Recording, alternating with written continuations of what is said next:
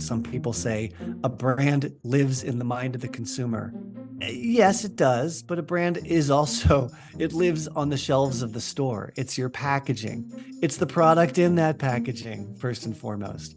It's where you're sold. If you're sold at Walgreens, that's part of your brand. If you're sold at Saks Fifth Avenue, that's part of your brand.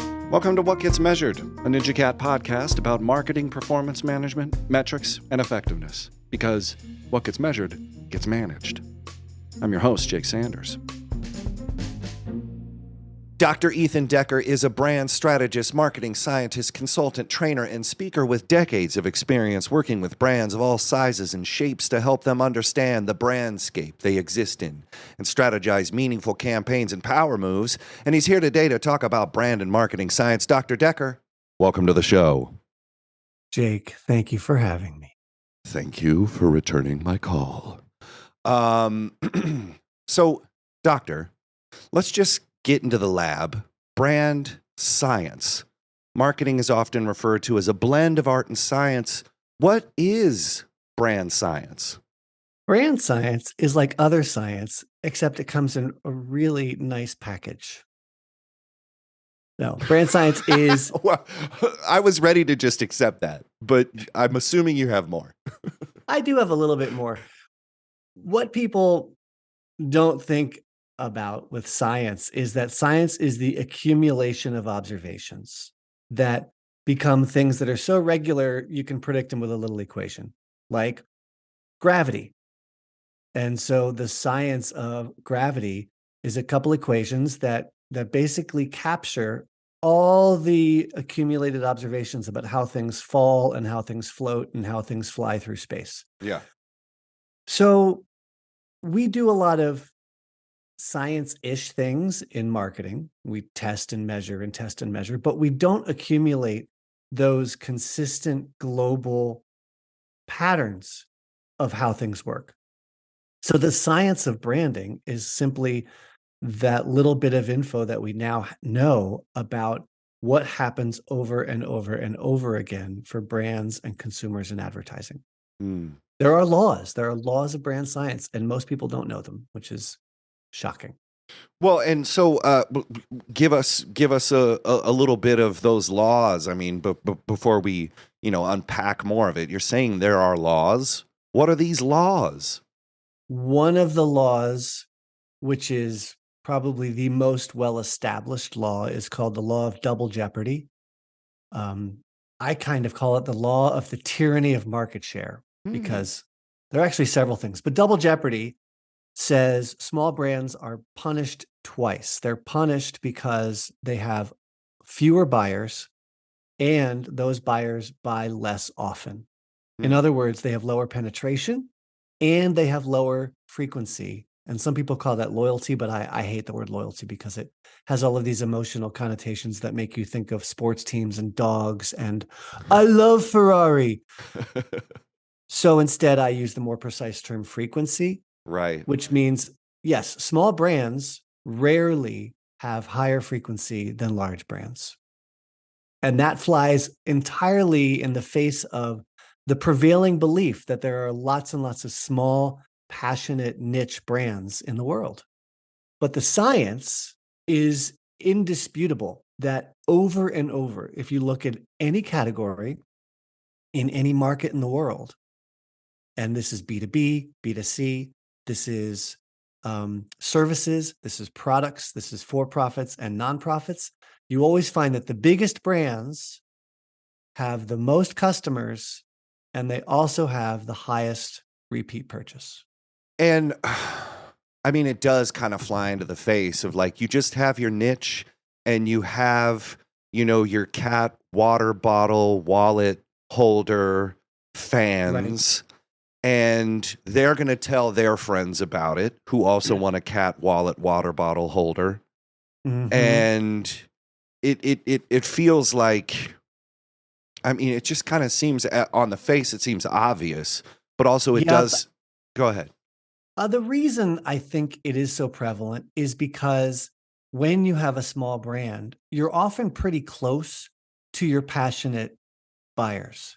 So when you start a kombucha brand, you find people who are bonkers about your kombucha brand, and you hear from them and you talk to them. And so you think that's who your buyer base is a lot of passionate people.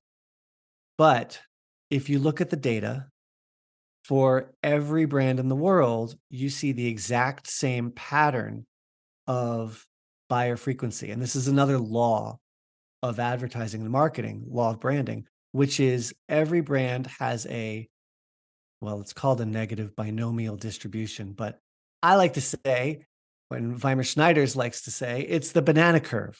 Right. It's not shaped like a bell curve. We all know what a bell curve looks like. A banana curve looks like a banana, which is that you have really a lot of people who buy you once or maybe twice, and then very few people who buy you 4 or 5 times, and then almost nobody who buys you more than 10 or 20 times. And that's true for, you know, wild, crazy mountain woman kombucha. And it's also true for Coca-Cola. And so, I mean, and that's weird. It's like you think Coca-Cola is driven by people who are walking out of a grocery store with 12 packs. Right. When in reality, it's like most Coke buyers buy it once or twice a year. A year. Yeah. Same with Dove. Dove, with that amazing campaign about real beauty, which has done really well for the brand. It has, what, 10 years of growth globally, which Right. is really hard. They mostly still have people who buy them once or twice a year. Wow. That's most of their customer base. And so speaking about brand science, where does it come from? Who has been studying these things? And I mean, you know, it hasn't been marketers. Right. Well, what's crazy is brand science actually grows on a very specific tree that's only found in Australia. And so it's picked at the peak of ripeness and then pressed with just the right technique and love to make tasty brand science juice. Brand science is mostly done in academia, and academia is fairly divorced from the world of practitioners. And more than that, a lot of the early brand science was done 50 years ago in Australia, and that was pre or early internet. So nobody really shared that knowledge very widely. Right. The Ehrenberg Bass Institute, the University of South Australia, is famous in the world of brand science for doing good brand science. But outside of academia and then outside of Australia, it's less well known. Right. Yeah. And well, let's get into branding. I mean, there are always conversations on social media about what a brand is. How do you define a brand? Well, first, trying to define a brand is kind of like trying to define what love is. And there are so many definitions, and some are squirrely and some are popular and some are more useful. Mm-hmm. And I think we go a little overboard in trying to define it because we don't have to do the good work. But here's a useful definition, and it's actually two. There's little b brand and big B brand. And it's been really helpful to have this framework to talk about brand.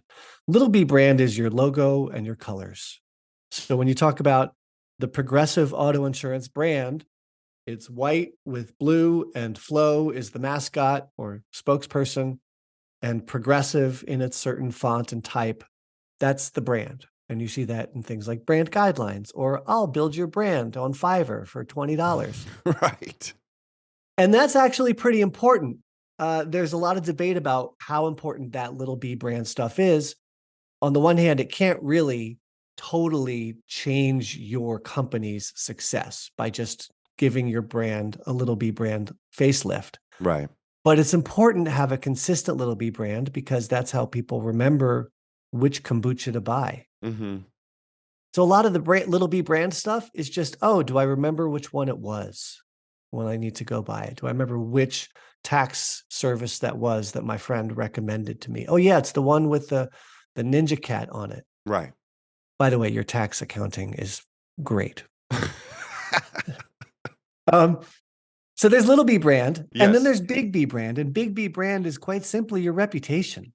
We can get a lot more complex about that. And some people say a brand lives in the mind of the consumer. Yes, it does, but a brand is also it lives on the shelves of the store. It's your packaging. It's the product in that packaging, first and foremost. It's where you're sold. If you're sold at Walgreens, that's part of your brand. If you're sold at Saks Fifth Avenue, that's part of your brand. So the big B is really the sum total of your activities as a brand and your reputation. So it's Yeah. activities and reputation. And you could see how people conflate or confuse or intermingle those things, because a lot of people say we're having big B brand problems. We're going to do some little b brand fixes. And that'll Right. maybe change the way people see us or have a reputation, when they're sort of ignoring a little bit of that strategic implications of branding. It's more of this surface level thing. I mean, I think I've fallen for that numerous times. I've been through many logo changes, many website overhauls, that maybe miss that. So I think it's a pretty common misunderstanding. I mean, what do you think marketers misunderstand about the brand besides the little b and big B? They do conflate and confuse them. You're exactly right that they think, oh, our brand isn't that relevant. So let's do a updated logo. Let's Right. tweak our packaging. And that might be a piece of the puzzle, but I like to say that if you really want to address your brand and build your brand, you've got to use the classic marketing mix to do so. And the marketing mix is what, from 1960? So it's not fashionable now because it's old, like the rest of us, but it's very wise. And the marketing mix is the 4 Ps: product, price, place, and promotion. And they're kind of in that order. So number one, if you want to fix your brand, you got to make sure your product is good.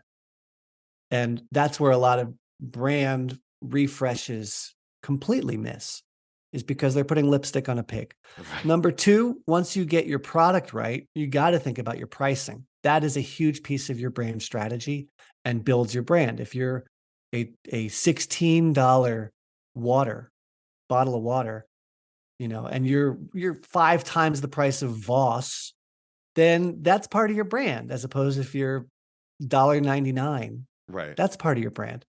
And then place. Place is where are you sold? And just like I said, Walgreens versus Saks Fifth Avenue, where you're sold is a big piece of your brand and has a huge, huge impact on your success. In fact, a whole lot of marketing success is really about distribution. It's getting the product in front of people and getting it where they can buy it.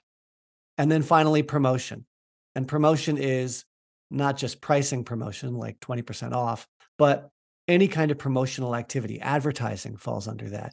PR falls under that. Stunts fall under that. If you want to get, if you want to impact your brand and you're creating a new electric car, what if you put it in your rocket and send it to space? Mm-hmm. Well, suddenly you've got this association with space and rockets, and that's pretty cool. Mm-hmm. And also, everyone's going to talk about it because you're the first company ever in the world to put your car in space. Well, But and those are the 4 Ps of the marketing mix. and it's interesting because I just know for a fact we are stuck in promotion world. Marketers are Yes. just stuck, and perforce, I can't really, as a marketer, get back to the product. I don't know if I can have a working relationship with the CFO to make sure the price is right. I'm not 100% sure how I can help sales folks get distribution up, but I know that I can create some ads or get some attention, but without addressing those other 3 Ps, it just kind of seems like our hands are tied in a way. Or how do you get marketers a seat at that table? Like, I mean, do they have to be talking to the product team, CFO, sales folks? That's part of the marketing gig. I mean, some people just say, "Nah, I'm just here for promotions," like, Yes. both for me and for the product. I mean, do you see that people are kind of hogtied in their effects, like that they can manifest any changes on those other Ps? Absolutely. I think that when you asked about what do people get wrong, it's not just marketing people that get it wrong Mm, and want to do a change of their brand image and reputation. So therefore, they're going to update their logo. It's the rest of the company that misunderstands marketing and says, oh, marketing is just little b brand and just advertising and PR. And mhm. you're right. Leave the pricing to the other team. Leave the product development to another team. Yeah. That should be a marketing function. Now, in a very small company, it is. But the bigger the company becomes, the more specialized the roles become. And it's been a shame to see how the chief marketing role has been diminished in a way, partly because of trends, partly because of misunderstanding, um, that the chief marketing officer has often become the chief promotional and little b brand officer, and they Yeah. don't deal with the entire marketing mix and don't think of the brand and have an impact on the brand holistically. But they Oh, should. They should be working with the CFO and the pricing team. They should be working with the product development team, if not leading it. That's all marketing. wow. Oh boy. Oh no. This you sound like a marketer. Everything's marketing. Well, here's my question. I think when it comes down to marketers making a case that they have a say in those other P's, it comes down to measurement. It comes down to tracking the effects of things, and marketers have analytics and performance metrics aplenty flying off every platform and app that they're engaging with, but still there are complaints about advertising effectiveness. Kind of going over into this promotion area, tracking advertising effectiveness. How do you help marketers understand advertising effects? Mm. Well, the first problem is that a lot of marketing metrics are divorced from financial metrics. Mm, They are not the same, but they must be coupled. And good marketers know how to speak finance. mm-hmm. Bad marketers don't. They're afraid of finance, or they think it's not their purview, or they're overwhelmed by the prospect of trying to connect marketing activity with financial results. But that's a recipe for doom right there. Right. So if you want a seat at the big boys table, so to speak, you have to speak finance. There's a reason so often CEOs come from operations or finance and so rarely come Right. from marketing. Yeah. You know, like the CFO and the COO are often groomed to become the CEO. It's rare to see a CMO step up into that role. And it goes both ways. Sometimes the organization just doesn't respect what marketing does. And sometimes the marketer doesn't understand how to connect and correlate and link marketing metrics to financial metrics. So, step one, you have to know how to turn your advertising activity into into sales and into profits and into pricing. Mm-hmm. Those are three of the most important ones right there: sales, profits, and pricing. Sales, profits, pricing. I mean, I was speaking to somebody the other week.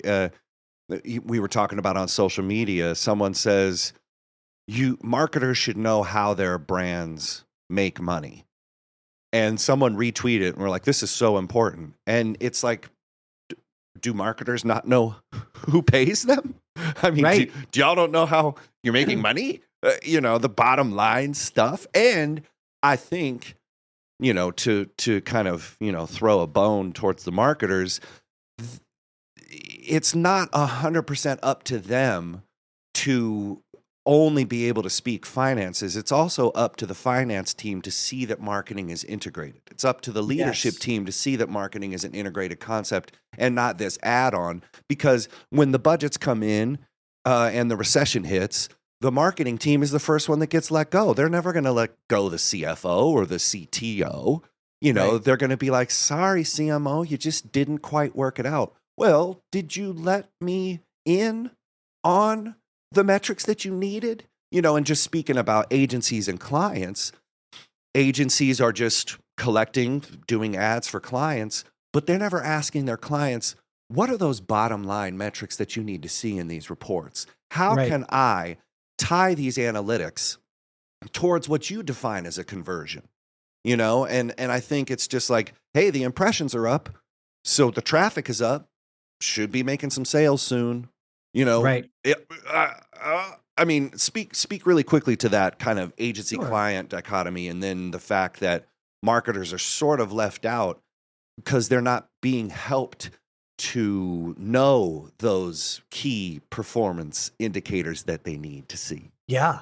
The agency to client connection is often just like the client to C-suite connection. Right. That there are these gaps in the chain. And I do call it a chain from advertising effects to brand effects to financial effects. Right. So the advertising is supposed to impact the brand, and then the brand is supposed to impact the financial results. Right. And you're right, it is on marketers to be able to communicate that better to the C-suite, but it's also on the C-suite to understand marketing's role. For instance, Right. one of the terms that should be much more common in our world is future cash flow. Mm. We don't talk about future cash flow much in the halls of agencies or in the halls of branding. But that's what good brand marketing does, is promise or create future cash flow. Now that's something a CFO loves to hear and can start to model and can start to work with because it shows up on a balance sheet, shows up on a P&L. Hmm. So this is the kind of linkage, this links in the chain that we need to develop from advertising to brand, from brand to finance. Um, so that's one of the pieces. The other piece is it's really, really hard. It's hard to do this. We have a lot of like last click attribution or pseudo performance metrics. And I use that in the sense that they're proxies. So if you go on Facebook, Facebook has a metric for your lift. They think they can tell you how much sales you're going to get by running certain Facebook ads and even what creative is in those ads. Right. Well, that's a proxy measure because they don't actually measure lift. They don't actually measure sales. They have something they think correlates to it, but the evidence is pretty weak. It doesn't correlate great. And no CFO is going to believe Facebook when Facebook says, oh, yeah, your sales went up because of this ad on our platform. So the last click attribution stuff it's weak tea, and really good linkage between advertising and branding and finance takes really good econometrics, as it's called, Yes. Yeah. Well, and marketing mix modeling, things like that. well, it's weird. I just wrote correlations are not conversions, Yep. and it's real simple. But I think if I'm looking at these numbers, these analytics, these things, this hockey stick, here's the audience size, here's the interactions, here's the clicks, here's the shares. I'm looking for a way to explain those things to, my client or, whoever I'm working for. And I'm only using a correlative mindset. I'm saying, like it seems like that will then turn into this. But I I'm just kind of wondering, like, what's your take on the best way to develop and measure campaigns? I mean, are you do you have something that says future cash flow should be 0.5 or like how how can we develop and measure these campaigns better? You should have something like ROI in there, but you should not rely on that solely. And you should especially be wary of using ROI, return on investment, or ROAS, return on ad spend, when they come from a specific platform. For instance, if you do Google search advertising and then they give you an ROI or ROAS number, you know what? The Google search might not have actually been the thing at all that drove the sales during that 3-week period or whatever period it is, because maybe your brand was in the news because someone on TikTok started skateboarding with it. Or maybe your sales team just opened up Costco and suddenly you're in 300 Costcos across the country. And that's what drove the blip, not some, silly ad on Google. So you can have ROA in there, but you need a good balanced scorecard. Mm. And for that, You should look at some of the work by Mark Ritson. He's done some great stuff on describing a good scorecard. Um, uh, Avinash Kanath is another one. He's got some great work on scorecards as well. And if you look around for balanced marketing scorecard, you're not going to find anything that's perfect for you because every brand has different data that's available to it. Spotify has a very different data stream than um, Wild Lady Kombucha, because Spotify sells right to people. And so they know about all of their sales results and why and who and where, and Right. not just the sales, but which song have you listened to the most this past week? Whereas, Rowdy Lady Kombucha, they have to sell into a distributor and then they sell to a retailer. And so it's really hard to know exactly who's buying and why. Mm. So the data will be different depending upon your brand and your category, but the goal is to have a scorecard that can start to link together the different causes with the different effects, Mm. and remembering in your mind that there are multiple causes for any given effect. So any individual sale might be because of a search engine campaign you've got going. It might be because of a pre-roll campaign you have on the country's hottest new podcast on marketing from NinjaCat. Or it might be because you had some hilarious Super Bowl ad from 2 years ago that killed off your brand mascot, and then your brand mascot was reborn from the tears of someone else's brand mascot. That So sounds these are all nuts. right. Yes, totally nuts. Well, and then also the specter of spoofed engagements, like Yep. ad fraud, just plain and simple. Like Oh yeah. we showed your ad on a bunch of like mobile gaming apps, and how do I know? I remember Yep. looking at a dashboard just a couple months ago and I saw this huge spike and I was like, wow, this is really interesting. And then I looked at my social media for the day. I was like, maybe it was this tweet, Mhm. and then when I go into Google Analytics and look at, the sources and the destinations and, the referral traffic, somehow some weird nameless website decided to cache some of our stuff and drove a bunch of like 0-second views, which drove up the numbers. So I was sitting here as a social media manager thinking, man, my social media is working real good. But Yeah. turns out that, somebody just decided to link to something and create a bunch, hundreds of visits that were 0 seconds, So if I didn't have the time to look or break that apart, I would just say, hey, social media really killed it today, and then I could just take the win and take that correlation for a conversion on my activity, not an actual conversion for the business. So, I mean, that's a small company, but I could imagine if somebody's at a bigger brand, they just don't even have time to make sense of that or measure it properly. Yeah. We can't talk about ad fraud without mentioning Dr. Augustine Fu. Dr. Fu has done more than anyone to uncover the insane levels of ad fraud, especially in digital advertising. The promise of digital advertising was everything is going to be measurable and transparent and maybe even first party owned. Like, I will know because it's my own this and that. Well, that was the promise. And it turns out that there, just like everywhere, are bad actors. And the bad actors have invaded the system. And there is so much fraud that it's estimated not only are there billions and billions of dollars wasted in advertising because of ad fraud every year, but that it's upwards of 50% of digital and performance advertising is actually fraud. 50%. I mean, people scoff at that old John Wanamaker quote. Yeah, He said, you know, I know half my ad spending is wasted. I just don't know which half. right.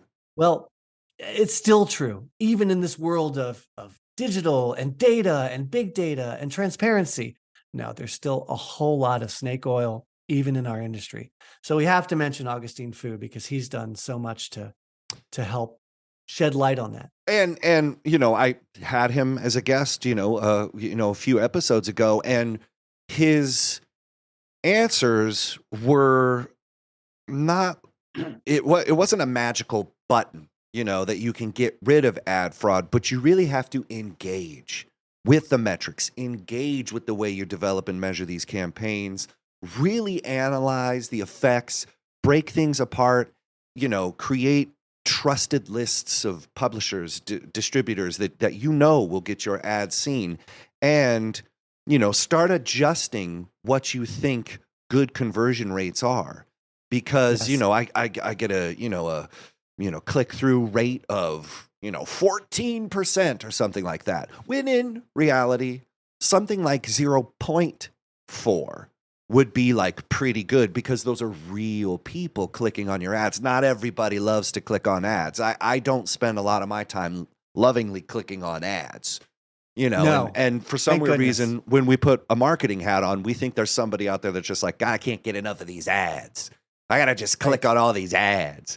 So it's interesting that there isn't a magic button to fix it. It's not going to go away, but be smarter about how you develop these campaigns and measure them. But now, speaking about your marketing and branding science, also understand how those things can negatively impact your performance in the other P category. So I think it's all coming together. But I want to have you just, hold court for a little bit and tell us some stories if you have them. Do you have any Cinderella stories about brands that totally grokked marketing and branding science and took the learnings into the lab and cooked up some wins? And then conversely, do you have a horror story? Yes. Well, there's a whole industry, in fact, that's done amazingly well by adopting some of the real tenets of brand science. One of the big tenets is you grow mostly via penetration, not via increased frequency, aka loyalty. But we don't talk about loyalty. Like Bruno. We don't talk about loyal. No, no. Uh, the industry is insurance. Hmm, Dry, boring, abstract as hell, very much commoditized, and it's something that you spend a lot on and don't get anything back until something happens to your car or your house. right. So it's just a suck of money. And for 20 or 30 years, insurance advertising was sober and somber and talked about risk. And, it's really sad when dad died. And Right. now what do we do? Or, yes, the house got crushed by a tree in that storm and it's really sad and terrible. And the dog died. There was a lot of death in a lot of these Right. arguments. Yeah. And they took it to heart that, first of all, they needed to attract new customers. That was more important than loyalty or repeat, because there's natural churn. That's a law of nature for Right. for brands. Secondly, they took to heart that sometimes it's much more important to be thought of at all than to be thought of in a certain way. That your first problem is getting people to remember your brand at all. Then the second problem is, well, what do they sell? What do they offer? How is it better than someone else? So the whole insurance industry got really kicked off by Geico and the Gecko. Mm, But one of my favorite examples is Aflac, mm, because AFLAC, terrible brand, doesn't mean anything. It was a, you know, third tier brand in insurance, and they had basically a commodity and no way to get people interested in it. And honestly, a couple of jokers at an ad agency were walking around trying to crack this problem, and it was bitching about Aflac. Aflac, Aflac, Aflac, Aflac, Aflac. I'm so sick of Aflac. Bah, bah. And it sounded like a duck, quack, quack. And that is actually the genesis of the Aflac duck, was a couple of jokers thinking that the name sounded like a duck. So they started a campaign where the Aflac duck would show up and try and get people's attention. And I think it was Gilbert Gottfried from the start, right. R.I.P. Gilbert Gottfried. Yep. R.I.P. As far as I know, either the CMO or the CEO kept the entire campaign hidden from the board or the rest of the C-suite because it was so undefensible. It was illogical. It was irrational, but it was very, very smart. It wasn't risky. And we use that term risk wrong all the time. Oh, yeah. But it was low risk because it followed brand science, but it was undefensible because it used this kind of irrational, illogical way of connecting with consumers, which is be memorable, be clearly different than any other brand, link to your brand so that when it's time to buy insurance, you remember the brand at all, and then you remember which brand it was. Wow. And Aflac turned the duck turned the company around, and they had massive growth behind that campaign. And of course, the Aflac duck is a global icon now. Yeah, without a doubt. And so what I mean, you know, I bet the horror stories are just happening in very small 1,000 cuts that are killing people about marketing science gone wrong. But do you have like a straight story about somebody getting the marketing science piece wrong? Yes. Well, it's old enough of a story now that it's new to a lot of people, which is PepsiCo's largest beverage outside of soda was Tropicana. And Tropicana is the number one orange juice in America. And in America, everybody likes to drink orange juice in the morning. And they hired a sexy ad agency, the Arnell Group in New York City, to redo their packaging and relaunch a new campaign. Yeah. And the campaign idea is beautiful. The campaign was called Squeeze. And it's that notion, you know, we squeeze a little OJ and you squeeze your mom or you squeeze your kids in the morning, you know, with hugs. It's lovely. The downfall was they forgot that, again, a whole lot of little b branding is just about finding your brand on shelf when you've got to get $200 worth of groceries, fill an entire cart, and then get back to whatever appointments or school or ballet classes you've got to do with your kids, Without a doubt. as you know. So they radically changed their packaging, and it looked like private label. They took away, I mean, the Tropicana brand, you can vaguely visualize it in your head, and if I vaguely describe it, you'd be like, "Oh, yeah, that's Tropicana." Right. Because again, we don't need to remember it, but the brand is like it's an orange, and it's got a straw stuck in the orange, Yeah. and it's got like a green arched name on top of it, Tropicana. And that's enough for everyone to find it in the dark, with zombies chasing them if they have to pick up Tropicana. Which is another market research thing. Yes. I like to, it's one of my favorite tests actually, is the zombie stress test.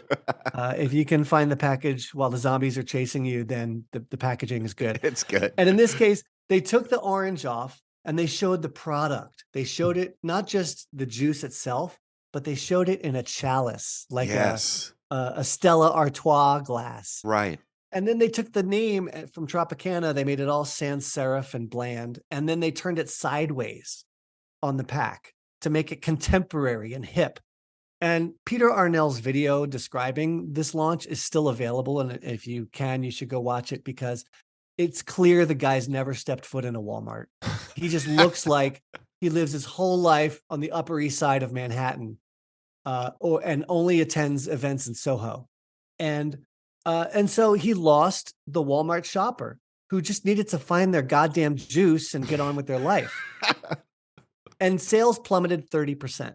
Wow. And it's a tenet of brand science that consumers are mental misers. This is another law of brand science. We are mental misers. And as much as you think you're really into something, I can guarantee you still take shortcuts when you buy it. Like, Right. you might be into cars, but I'll bet you've never checked your shocks or your struts when you've bought a car. You take a shortcut, which is, what does Edmunds say? You know, you never check the electrical system of your car.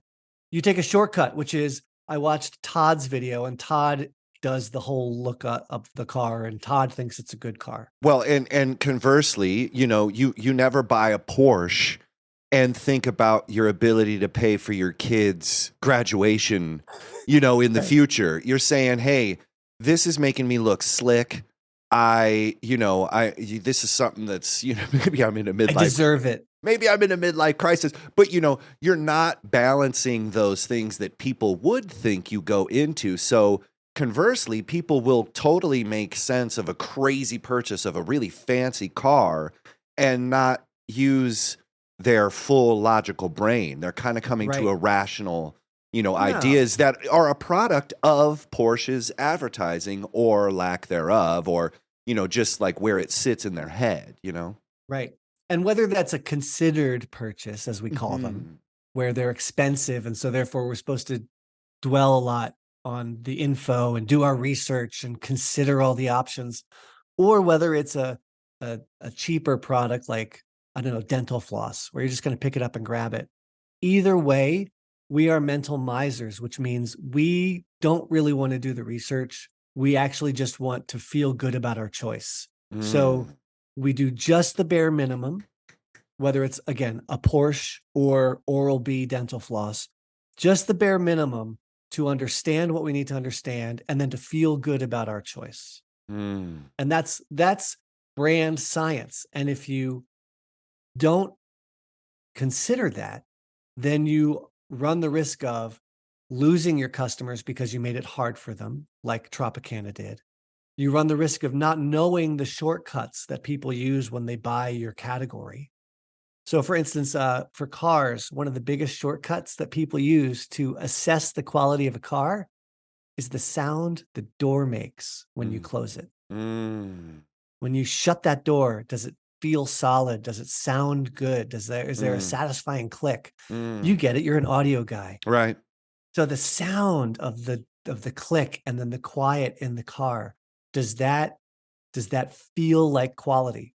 And Mm. we're often unaware of these shortcuts that we take. And as a marketer, you need to know the shortcuts people use to buy your products. And if you don't, then you're likely to run afoul of the brand science. Well, and what's so perverse about this is you could see how people would take those same tenets and flip them on their head, is by saying, by me putting this juice in a chalice, we're going to attract chalice drinkers. Or, Right. you know what I mean? And also market research, when you're asking people like, hey, does this sausage make you feel powerful? And someone just like, you know, I'm here in this conference room and you're paying me $8 an hour or whatever. I'm going to tell you whatever I think. And also Yeah. here I am in this vacuum, not Yes. in the store, not thinking about my to-do list, and it's weird how in some ways some people think they disavow the reality of brand science, and then they use it to think that they're going to get up market share, or they're going Right. to create more loyalty, or they're going to drive all these things. So I think that people aren't ignorant of it, but I think they kind of are inconsiderate in the ways in which they come to the conclusions, and thinking that once we switch this brand logo to make it look like Apple, we're going to get Apple consumers, which Yes. is just like, I could see how they're kind of being scientific in in the way, but they're not really like being honest. There is a lot of bad research. Right. And that's maybe the simplest way to put it. And that connects to a much bigger point, which I talk about a lot when I talk more in depth on market research and metrics and testing, Yeah. which is every single implication and result really depends upon the quality of the data. Mm. And the quality of the data begins with answering the question, are we truly measuring what we think we're measuring? And again, that's why those Facebook ROAS statistics are terrible, because you're not measuring what you think you're measuring. Or, like you said, a focus group of people looking at a new Tropicana pack and saying, what do you think of this? Well, what they're saying isn't necessarily whether they're going to really buy it, because what you're probably measuring in a focus group is, how do people like to present themselves in front of others? Yeah. Or, when you do a consumer survey, and we've seen all of these, consulting firm surveys, 70% of Gen Z says they prefer to buy from companies that have values or brand purpose. Mm-hmm. Well, you know what you're measuring when you walk up to a teenager and say, "Hey, do you want to buy from brands that have a brand purpose?" You're measuring how they want to be perceived. Yeah. You're measuring their self-image. You're not measuring their purchase intent.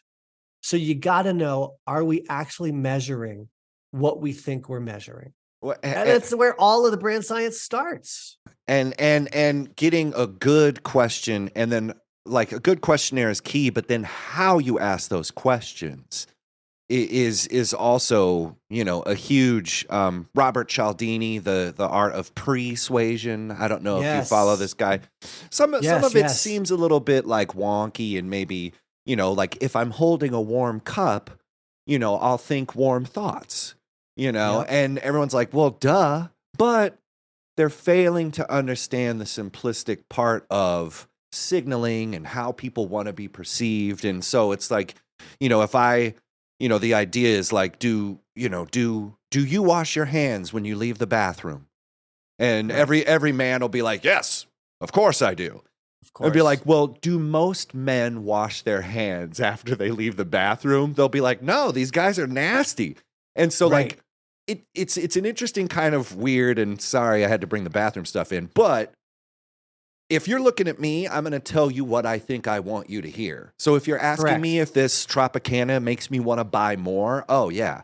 Yeah, I love that. Does this sausage make me feel empowered? Of course. Does this Right. macaroni and cheese make me feel like, I'd be Like a willing good to. mom. Yeah, there you go. Then of course I'm a good mom. Yeah. Yeah. Consumer surveys are pernicious because they're easy. Mm, And nowadays, we also have Mechanical Turk, which is a service from Amazon, right. where for literally pennies now, you can have people do tiny jobs, and they're humans pretending to be the machine. So you're ignoring the fact that they're actually low-paid humans doing all this stuff. Right. But it's things like go through these 2,000 images and find all the images that have our brand in it. So you can hire Mechanical Turk to do that. But now people are using it for market research. So Hmm. they'll actually hire people to do a consumer survey or to do an experiment of some sort with brand packaging. Wow. But again, you're paying them pennies, especially at Mechanical Turk. But even if you're doing it with a reputable market research firm, you might still be paying someone $50 or $100 to do a consumer survey. But the data you're getting are probably not measuring the thing you actually want to measure. Mhm. You're getting, like you said, how people want to be perceived. You're getting Right. how they remembered. I was just looking at a paper. Actually, this was also from Ehrenberg Bass Institute. They're not the only ones who do brand science, but they do a lot of it. Yep. Uh, and they studied actual purchase rate versus recalled purchase rate. Mm.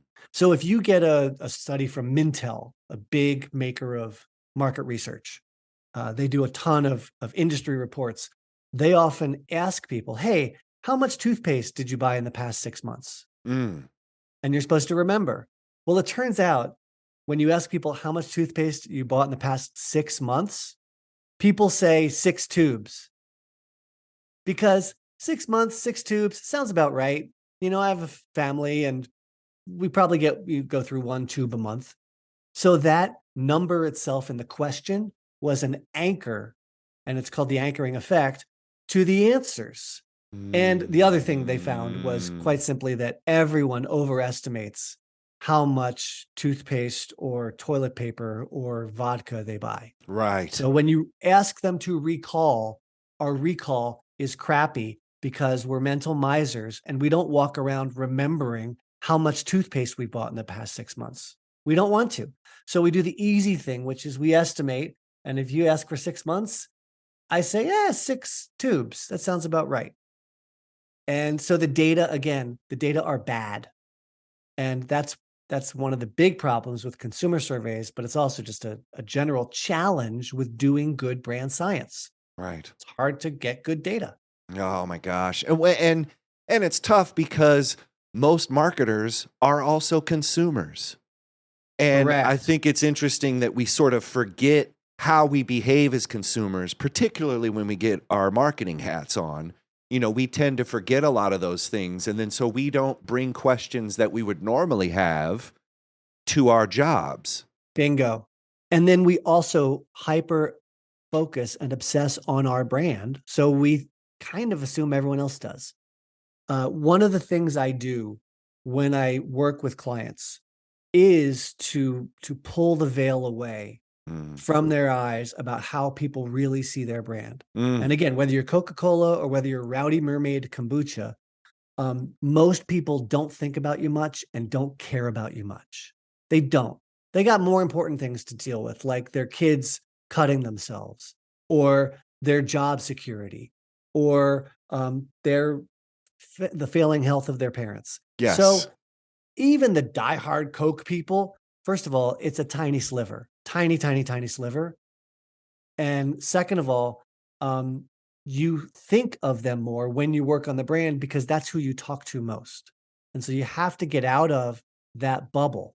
And that's the first thing I do is I help people disabuse themselves of that bubble by showing them the real trends in the category, getting them to talk to people who are light buyers, who matter a lot. Actually, the light buyers actually pay for a lot of your you know your overhead and buy a lot of your inventory. Yep. But also, I give them a visceral feeling of this by talking about categories they buy all the time and don't care about. Mm.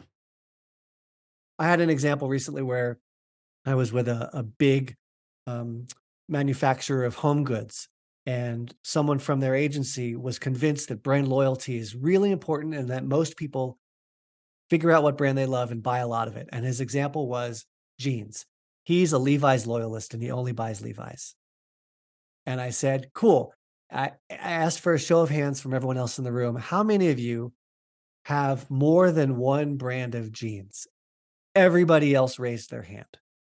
So the first thing he saw viscerally was Mm. that most people buy a repertoire of brands. And this is a Mhm. term, again, used in brand science. We're repertoire buyers. The second thing I said to him was, all right, I hate to call you out, but let me ask about your underwear. Uh-oh. And I know. And I said, do you only buy one brand of underwear? And he had to cop to it. He's like, no, I actually have 2 or 3 brands of underwear. I said, aha. So first of all, this loyalty you speak of is only in one part of your own closet. And then I hit him again. I love hitting people when they're down. Just kidding. But I said, "Tell me, do you buy any Levi's underwear?" And he said, "No." And I said, "Why not? They sell underwear. Levi's sells top to bottom apparel. You love their denim. Why don't you buy their undies?" Mm. And, he said what we all say, which is, well, I always buy Calvin Klein and then, or I buy some Me undies. I saw them online and they looked Hanes, kind of Fruit of the Loom. I cool. mean, I can, Right. My wife bought me a set of Fruit of the Loom because they were cheap and on sale. And then I saw some brand on TikTok that looked trendy and everyone said, this is life-changing underwear. So I bought a set of those. It Yep. did not change my life. And sure enough, he's got 3 or 4 different brands of underwear. So as marketers, Jake, you're right. Uh, we believe things because it's the lens through which we see things. Yeah. And we forget that, oh, when we really think about ourselves as normal people, consuming and brand love and brand loyalty, all that is pretty minor in our lives. Right. Yeah, but this concept of branding science and marketing science is huge. It needs to be more a part of our canon. We need to have more conversations. You've shared so many amazing stories and, laws and, visceral explanations on how those things are enacted around us. But if you had to boil it all down, and give us just one piece of advice for the audience about branding and marketing science, what would it be? I would say, don't be afraid of it because it's not that hard when you really understand the principles. You don't need a PhD in science to get some of the fundamental principles of brand science. and then use them. Also, this is two, sorry, I'm breaking your rule here, but relatedly, there is a belief that brand science takes all the magic and creativity out of branding. And that's BS because here's another example that Byron Sharp likes to use, and he's from Ehrenberg Bass Institute. He's written a lot on this stuff. Yep. He says you need to know science to build a beautiful concert hall, but the science doesn't tell you whether to build the Disney concert hall in LA that looks beautiful and covered in wood, or the Frank Gehry concert hall that looks like warped, flowing pieces of titanium, or the Sydney Opera House, the famous Sydney Opera House that looks like shells on the beach. Right. That's all beauty and art and expressiveness and creativity that the architects bring, but they do it with the foundation of science because otherwise those buildings fall down. Wow. Or as you know, as an engineering sound guy, they sound crappy. And so you need to know the science of acoustics to build a beautiful concert hall, but that doesn't preclude you from the creativity and the artistic expression of how you make a gorgeous concert hall. Oh, it's beautiful. And if I'm taking any BS, it's from Byron Sharp. That's the BS I like. Anyway, just a quick acronym joke. Correct. Well, it's well put because he likes to dish out the BS.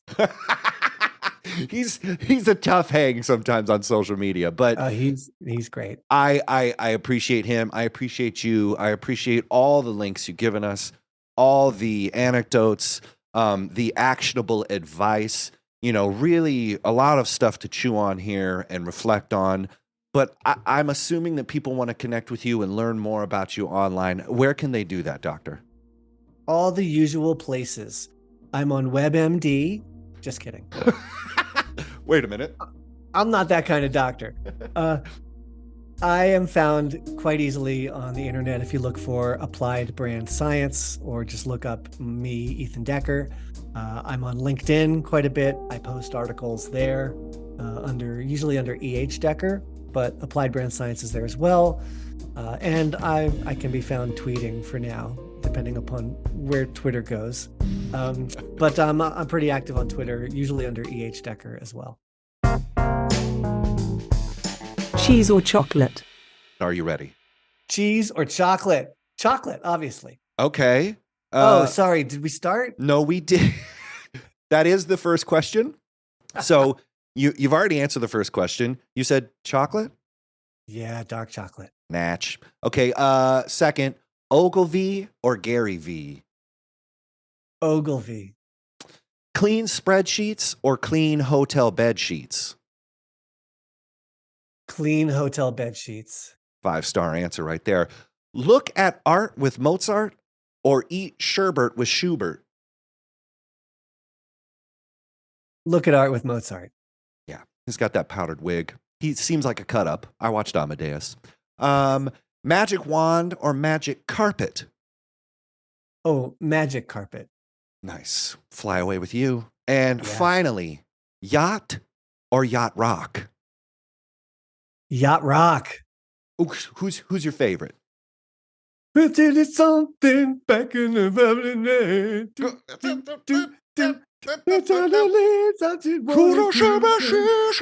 Yeah, Michael McDonald. I mean, Michael McDonald. It's got to be done. Got to be done. All right. By the way, What a Fool Believes is a piece of musical magic. Speaking of magic wands, that song I think has 4 or 5 electric piano keyboard parts in it.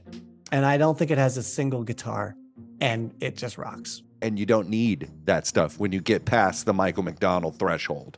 What a fool believes.